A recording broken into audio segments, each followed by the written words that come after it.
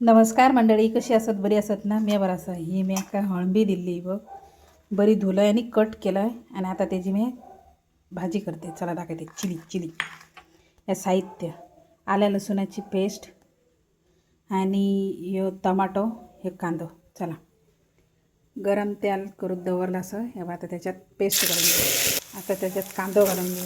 ते बरी गरम केलं आहे मी. ती गोष्टी कुटून घेतलं आहे हां, हे जे खलबत्त्यात, कारण पेस्ट करून ना ती गरम जाता मग.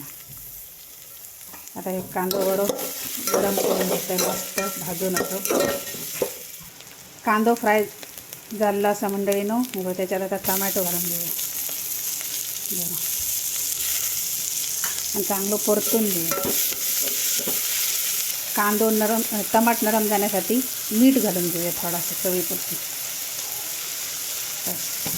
तर बरं ढवळं मारून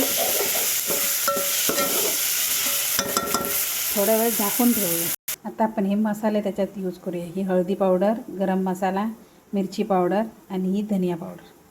हे आता त्याच्यात घालून घेऊया. हे आता आपण ह्याच्यात टाकूया. चांगलं परतून घेऊया. आता आपण त्याच्यात अळणी घालून घेऊया. हे ते चांगलं मिक्स करून घेऊया. हे बघा, चांगलं मिक्स करून घेतलेलं आहे. आता त्याला झाकण लावून घेऊया.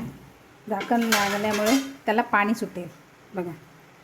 चला आता आपण झाकण काढून घेऊ. हे बघा, पाणी किती सुटलेलं आहे बघा त्याला. आणि त्याचं कलर पण बघा किती छान आलेलं आहे.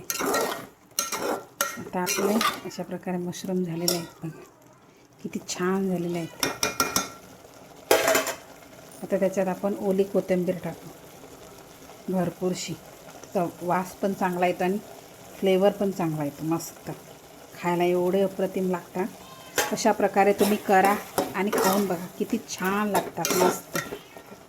ही गावठी मशरूम चिली बघा किती छान झालेले आहेत. आता भाकरीसोबत किंवा पावासोबत, चपात्यासोबत खायला असले चांगले लागतात. थोडी ह्याच्यात वाटण पण टाकतात, पण मी असं केलेली आहे बघा. अशा प्रकारे फार आवडतात माझ्या मिस्टरला वगैरे. चला, आपले झालेले आहे रेडी. आता आपण ती काढून घेऊ आणि प्लेट करून घेतो. जरा प्लेटमध्ये काढून घेते. ही पहा, आपली प्लेट रेडी झालेली आहे मंडळी. ही चपाती घेतलेली आणि ही मशरूम भाजी घेतलेली आहे.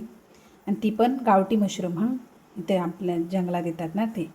आणि ह्याची रेसिपी तुम्हाला कशी वाटली ना, ती तुम्ही मला कमेंट करून सांगा. आणि जर तुम्हाला व्हिडिओ आवडला असेल तर लाईक, कमेंट, शेअर, सबस्क्राईब करायला विसरू नका. धन्यवाद मंडळी. Bye bye.